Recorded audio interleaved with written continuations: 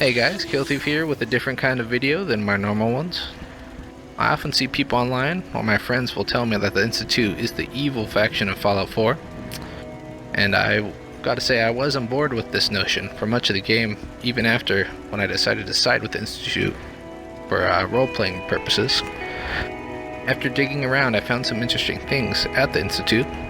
Holotapes, terminals, and I came to the conclusion that there's not really a good versus evil type of thing in this game, at least in the main storyline, to me. Each faction seems pretty gray. Except for the Minutemen. You know, they only want to do good. And here are my top 5 reasons why I think the Institute is not so black and white as people think. Though I definitely think this is debatable, so let me know in the comments what you think afterwards.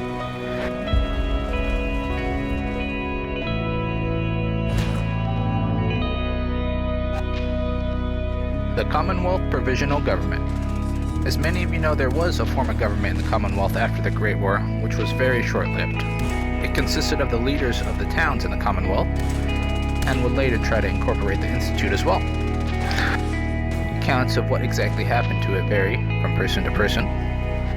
According to Nick Valentine, when representatives of the town met to discuss it, an Institute synth appeared and killed all of them, immediately ending all further prospects for this endeavor. However, Father and the Institute seem to tell a very different story. Not only were the Institute originally responsible for the attempts at the formation of the CPG in the first place, they had been trying to get it together for 4 whole years before the event. According to them, the CPG was already quickly falling apart due to factional infighting, political squabbling, and the Synth massacre, which was the cherry on the cake.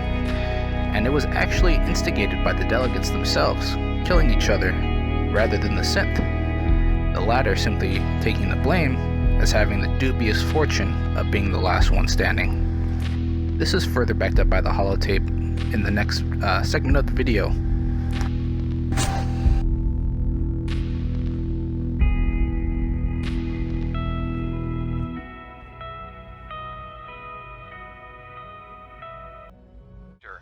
I'm gonna make the same recommendation I did last time. We did everything we could. 4 years dedicated to preserving this Commonwealth Provisional Government. You've seen the same reports I have. It's falling apart and fast. We need a plan for what happens when that fall is complete. I know some of the other divisions have suggested we just cut off all contact, hide underground and pretend nobody's home. That would, in my opinion, be a mistake. We can't just give up on these people, and with the Android program, we don't have to. We'll soon have the capabilities to deploy androids to the surface in great enough numbers to maintain order.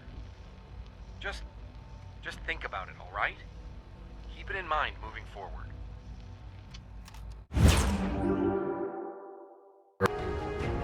The Broken Mask Incident.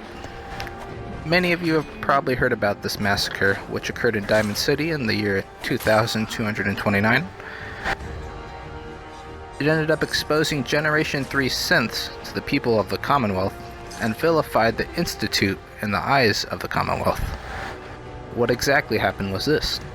Sometime during May 2229, a man by the name of Carter entered Diamond City and joined a group of residents at the bar at the center of town. Carter started telling stories and making conversation with people around him.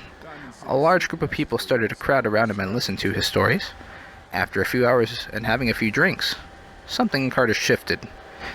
He had suddenly lost his smile and his cheek started to twitch. Mr. Carter suddenly pulled out his revolver and calmly, without even thinking twice, shot Henry, the bartender, square in the head.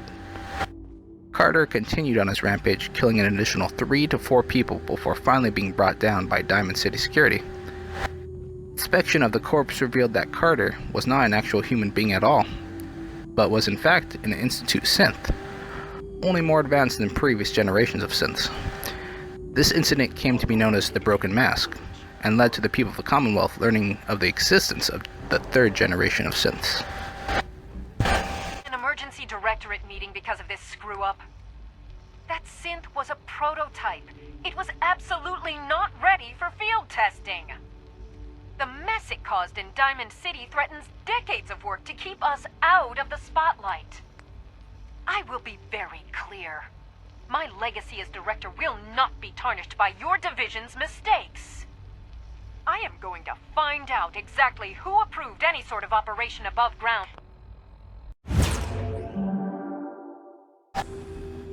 Not everyone in the Institute views synths as just machines. There are two major camps in the Institute when it comes to this. It seems the majority of people side with Dr. Ao and other Institute hardliners. Whether this is because of fear of retaliation, peer pressure, or to follow the way things have always been is unknown. Why ruin a good thing, right? While the majority of the Institute view synths as just machines, it seems some people in the Institute are starting to realize that Gen 3 synths are becoming more sentient. The most vocal about these ideas are the Bennett's. Alan, for instance, will often confide in his colleagues in the robotics division that synths are becoming more human-like and should be recognized for having sentient life. He also tells Max Loken in the robotics lab he believes that the new synth models are experiencing rapid eye movement, and that is resulting in dreams. Then there is also Liam, who is Alan's son, who also, annoyingly, spoiler warning for anyone who hasn't beat the story yet, is a railroad agent trying to help free synths because he does not agree with the majority of opinion, much like his father. He will often talk in public to the player character when walking around the Institute about this. Also, you have the option to promote Liam into the SRB, which could play a major factor in the future regarding DLC. But the synths are inferior. By limiting them, we limit our work. I'm well aware of your ideas, Doctor. And there is a reason they are not the popular ones. There needs to be a distinction between us and them. No, they are an evolution of us. The synths possess vast untapped potential if we only let them show it. I suggest you keep your radical opinions to yourself from now on. Otherwise, you might find yourself... The Forced Evolutionary Virus, or FEV Lab.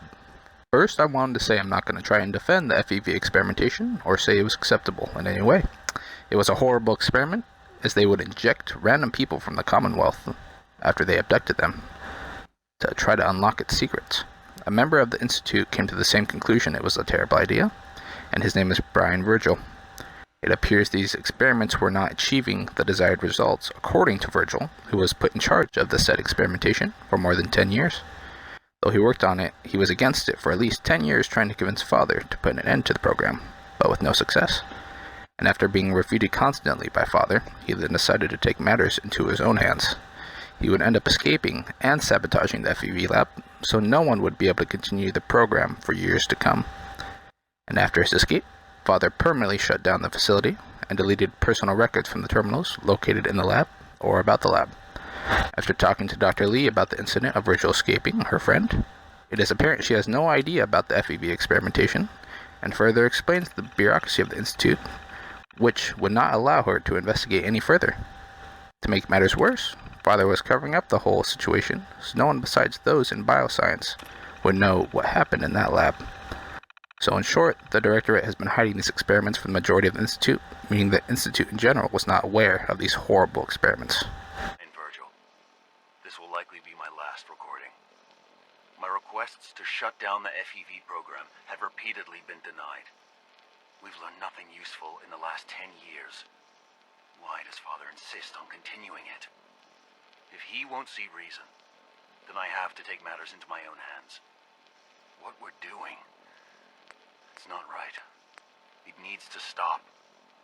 If anyone should find this after I'm gone, know that I never wanted to hurt anyone. Anyone! Do you understand me? I'm gonna make sure the whole program is shut down.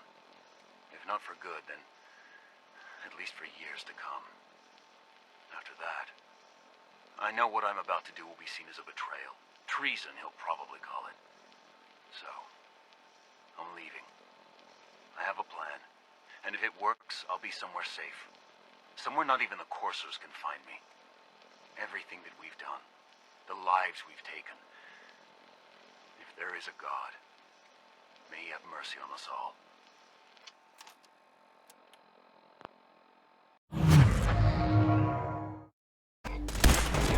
The Institute is the best hope for humanity. This can probably be considered an opinion piece, but I hope you stay with me, as I do think it contains some merit.